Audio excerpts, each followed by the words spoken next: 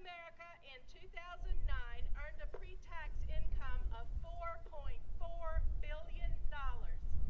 Bank of America received $45 billion, that's B, billion in taxpayer bailout funds in 2008 and 2009. Bank of America paid zero, let me repeat, zilch, none, in taxes in 2009. Shame! Shame! Shame! Shame! Shame! Shame! Maybe they should be called Skank of America. Bank of America actually received at least $1.9 billion tax benefit from the government in 2009. Bank of America took deductions of at least $2.1 billion in 2009. Bank of America funneled its income through 115 foreign, that's offshore, out of the United States, foreign tax haven subsidiaries. All right, in avoiding taxes, 2/3 of all the U.S. corporations do not pay federal taxes. Shame! Shame! Shame! Shame! Shame! Shame! Shame! What would happen to us if 66% of our population didn't pay their taxes? What would happen? They go to privatized prisons. 25% of the biggest U.S. corporations do not pay federal income taxes. U.S. corporations avoid between $37 billion and $100 billion a year in United States taxes. How many teachers would that pay for? How many firefighters? How many cops? President Obama has called for ending corporate tax loopholes in his campaign, the 2010 State of the Union and the 2011 State of the Union. The Stop Tax Haven Abuse Act was not acted upon by the previous Congress. All right, let's talk about the impact. Let's talk about what these avoidances have to do with us, with common everyday American citizens. Corporate tax avoidance costs just the District of Columbia alone up to $700 million per year. Congress has proposed cuts to district services, including $150 million to public transportation, $25.2 million to courts, $15.4 million to education, and $10 million to water and sewer maintenance. Let's think about that one. District officials have frozen hiring, promotions, and pay raises for all district employees in an attempt to save $100 million, that's all it'll save, $100 million from this year's budget. Don't cut teachers! Don't cut cops! Collect the taxes From the top! Don't cut teachers! Don't cut cops! Collect the taxes from the top! If corporations paid their fair share of taxes, none of these cuts and pay freezes would be necessary, and there would be up to $400 million left over. All right, let me tell you real quickly about education, because as you all know, that's being cut everywhere. Just in the District of Columbia, Congress has proposed a $5.7 billion cut to the Pell Grant program, which will directly target lower-income students who want to go to college. Congress has proposed a $1 billion cut to the Head Start program, which will directly target lower-income and poverty-stricken children.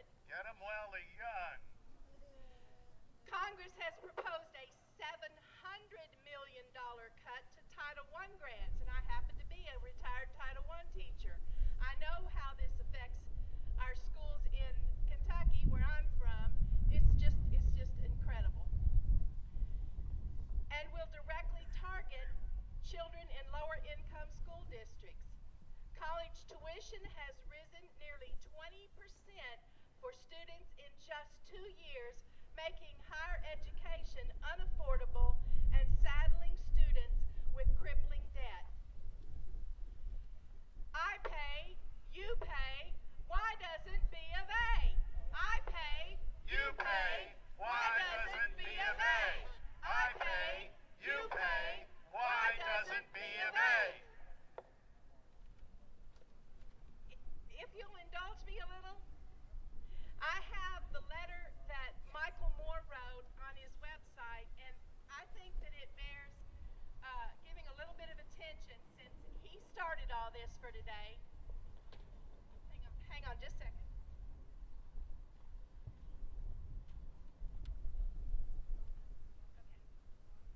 Friends, do you wonder like I do what the tax accountants and executives are doing over at GE this weekend, frantically rushing to fill out their IRS returns like the rest of us? Hardly. They're taking the weekend off to throw themselves a big party and have a hearty laugh at all of us. It must really crack them up to see us like suckers scurrying around to make sure we report everything to Uncle Sam and even send him a check if necessary. The joke's on us, folks. GE and tons of other corporations will have a tax bill for 2010 of zero. GE had $14.2 billion in profits in 2010, yet they will contribute nothing to the federal government while every last dime is soaked from us. In the latest budget deal, our politicians could have tackled the deficit by stopping the flow of these ill-gotten billions to corporations. Instead, they cut billions from wasteful programs that do wasteful things, like create jobs, drive economic growth, and help the needy and our nation's children. It's democracy in reverse, and it sickens me. Shame, shame, shame, shame. GE spent $20 million a year to lobby Congress to throw themselves a party. Do you know what speaks louder than $20 million? 20 million votes. 20 million people. And more. Standing together like we are now and taking to the streets. That starts now. That starts with you and me. This is the day, tax day, when we the people demand our country back from these corporations. Citizens, we, along with union, community, and environmental allies, gather outside Bank of America, down the street, one of the biggest corporate tax dodgers, to deliver tax bills from we, the American people. And we demand that our leaders make these corporate deadbeats pay.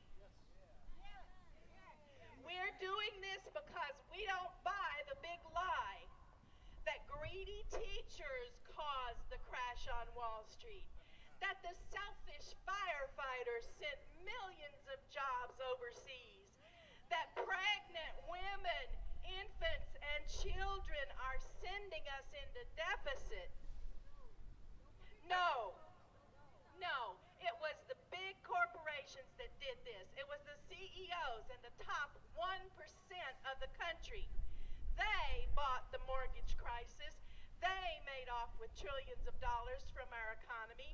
They are systematically destroying the middle class, and they have bought and sold the very people elected to represent us. Shame, shame, shame, shame, shame. Today, we will have something to say to Bank of America, who pay little or no federal income tax. In fact, the IRS will likely give them a tax rebate. If that doesn't boggle your mind, I I don't know what will.